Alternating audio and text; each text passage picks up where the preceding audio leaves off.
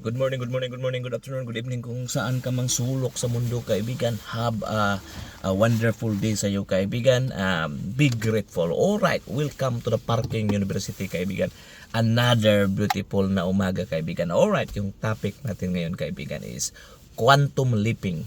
Ano nga ba tong quantum leaping kaibigan? Quantum sa physics kaibigan is from one state to another state. So, sabi ni Joe Dispenza kaibigan, tayo daw as a human being, pwede tayong mag quantum leaping from one state, from saan tayo ngayon to another state kaibigan. So it could be another one place to another place. So it's a law of physics na pwedeng mag quantum leap yung isang bagay from one to another place. So from solid to liquid, liquid to gas.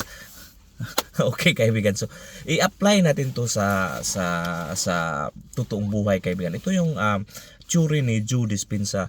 Ano ka-importante itong quantum leaping? So itong quantum leaping kaibigan is kung ano yung status natin ngayon, okay? O pag mayroon daw tayong gustong abutin or mayroon tayong goal na gustong kamitin or mayroon tayong we want to become that person in the future, pwede natin daw yung slowly ma-attain by his principle. So ito yung principle niya kaibigan na tinatawag na quantum leap. So quantum leap is before natin yung ma-experience yung bagay, for example, you want to become that person, kailangan muna natin yung i-change, mayroon tayong i-change. Okay, so it's a law of universe kaibigan na kung wala tayong i-change, kung wala tayong baguhin, okay, anything na wala tayong baguhin, andyan tayo, steady tayo dyan, walang magbabago. So fix tayo, okay? So parang nasa circle tayo. Kung andito lang tayo ikot-ikot dyan, so walang magbabago kasi andyan lang tayo sa routine. It's a routine, okay? So once we want to quantum leap kaibigan, mayroon tayong kailangan talagang baguhin, okay? So yung sabi ni Joe Dispenza is once we change our thought, okay? So once we start changing our thought kaibigan, okay?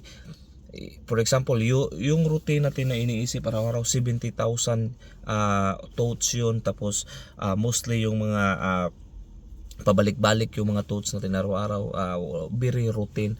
So kailangan lang nating mayroon tayong baguhin, i-change para from one state mapunta tayo sa ibang state, from ibang state, kasi it's very basic law na kung wala nga tayong baguhin, walang magbabago rin sa atin. So ang advice ni Joe Dispenza is magsimula tayo sa thoughts, kasi once mabago yung thoughts natin kaibigan, so the way we think, okay, so once mabago natin yung the way we think, it could be the start na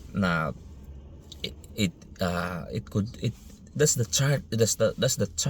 the start of changes. Okay, so kung mayroon tayong gustong bagay na abutin or what you want to become that person, ang sabi ni Joe Dispenza is when we change our thought, okay, we can visualize that person, we act that person as we are already there na kaibigan. So mayroon siyang tinatawag na visualization na i-visualize natin yung mga bagay or that person na magiging tayo in the future, starting sa visualization kaibigan. So i-visualize lang natin. So sabihin man ng iba or sabihin man ng sarili mo is a delusional yan kaibigan, kasi isipin mo nag-i-imagine ka ng something na mga bagay na hindi pa naman nangyayari. Okay, so yun da yung big mistake sa atin, kasi akala natin na yung imagination na nag-i-imagine tayo sa mga bagay na hindi pa nangyayari is a delusion. But ito pala da yung start kaibigan na ma-align tayo sa frequency, kasi we are lahat tayo kaibigan is energy.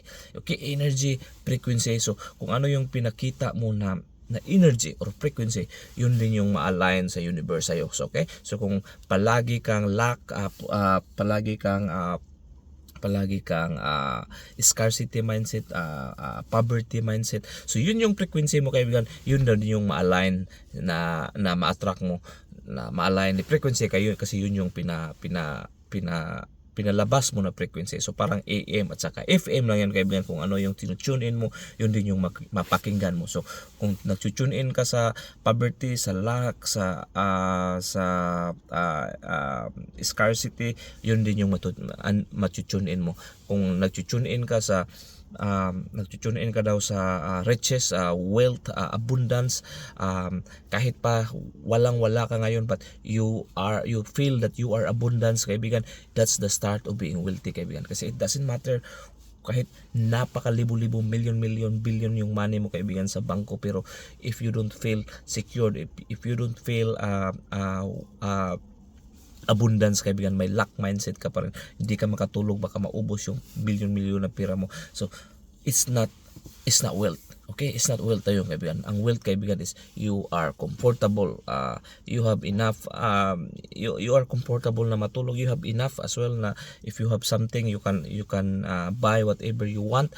So kahit wala ka pa daw ngayon kaibigan, sabi ni Joe Dispenza, you just start to get abundance. Okay, abundance mindset. So feeling grateful. Kung ano man yung andyan mo ngayon, grateful ka. Okay, so yun yung start sa quantum leaping. So kung kasi I think lahat naman tayo, mostly tayo na hindi pa natin naabot yung gusto nating abutin.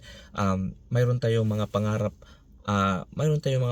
na in the future yun yung maabot natin, or it could be meron tayong bagay na gusto. It could be a house, it could be a car, it could be anything kasi iba-iba yung tao kaibigan. It could be a farm, it could be a manukan or business, so relationship, so or athlete ka man, sports, so anything na mayroon tayong gustong abutin, para magamit natin yung law na quantum leaping, kailangan nating i-start yung thoughts natin kaibigan, i-change natin yung thoughts natin, i-align natin yung frequency natin kung ano yung gusto natin. Kasi dapat naka-align yung frequency na yun. Kasi hindi pwede na gusto mong magiging wealthy person tapos yung palaging iniisip mo at saka sinasabi mo, nasasalita is about poverty, palagi mong tinitingnan as about scarcity, poverty. So hindi align sa frequency na gusto mo kaibigan. So dapat daw to quantum leap is we need to align our thoughts, kasi yung thoughts natin kaibigan kung yun yung magiging words natin, and later on yun yung magiging action natin kaibigan. So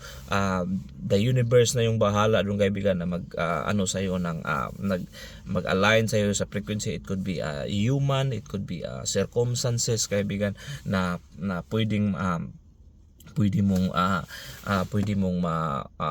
makatulong papunta sa goal mo. So wow, mayroon tayong natutunan dito ngayon sa Parking University kaibigan. Ano tong quantum leaping? So pwede na pala to, it's available pala to sa atin kaibigan. Mayroon tayong infinite source, okay? So mayroon tayong infinite source, kailangan lang tayong mag-tap nito. So hindi natin alam, kung hindi tayo aware na mayroon pala tayong infinite source, okay? Imaginin mo yan, infinite source.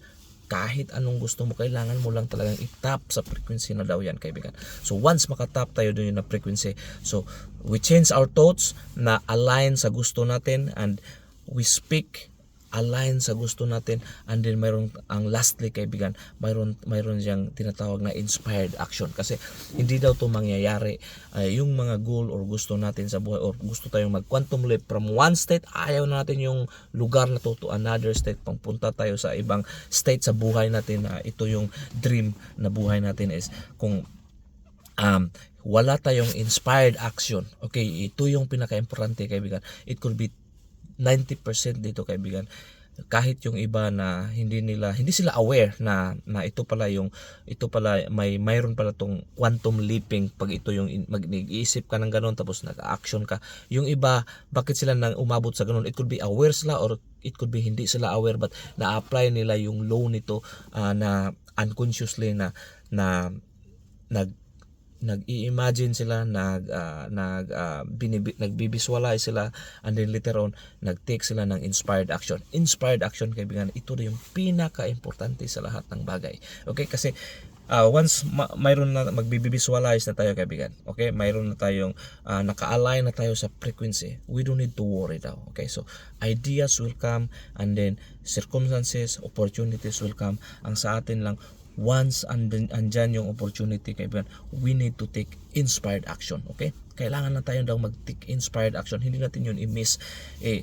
Mag-take tayo ng inspired action. So, mayroon niya mga obstacle, pero ang sabi ni Ryan Holiday is, obstacle is the way. Whatever that, yun daw yung way, path, kaibigan, yung obstacle. Kasi kung walang obstacle, lahat ng tao dumadaan doon, so lahat ng tao nagiging successful. So bakit kukunti lang daw yung nagiging successful? Kasi yun, nasa obstacle ang way, kaibigan. Wow!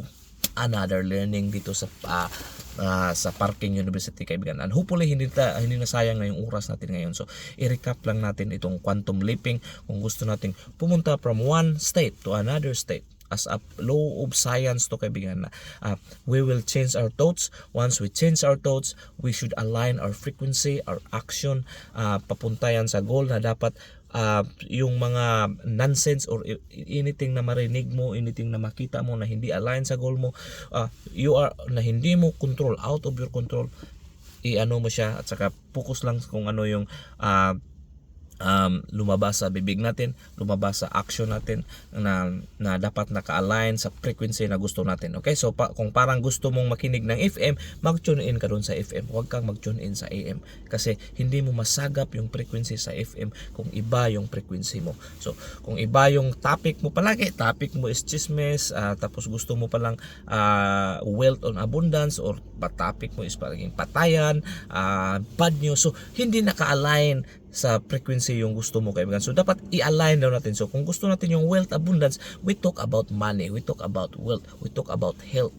Okay, we talk about how paano tayo makakuha ng idea ng business. So ganun daw yun, kaibigan. So because once we keep talking that, kaibigan, it could be mayroong tao or circumstances na dumating, yun yung opportunity na yun doon tayo makapagsimula na maka-align papunta sa goal natin. So we should align our thoughts, words, action, and we should have an inspired action para makumit yung goal, kaibigan. Alright, kaibigan, hopefully hindi ko na sayang yung oras mo. Close your eyes, open your arms, and not your legs, and this all be yours. Peace, love, good health, abundance, all the riches in the world. Sana yan, boom, syakala, nagkala. See you next time, babu.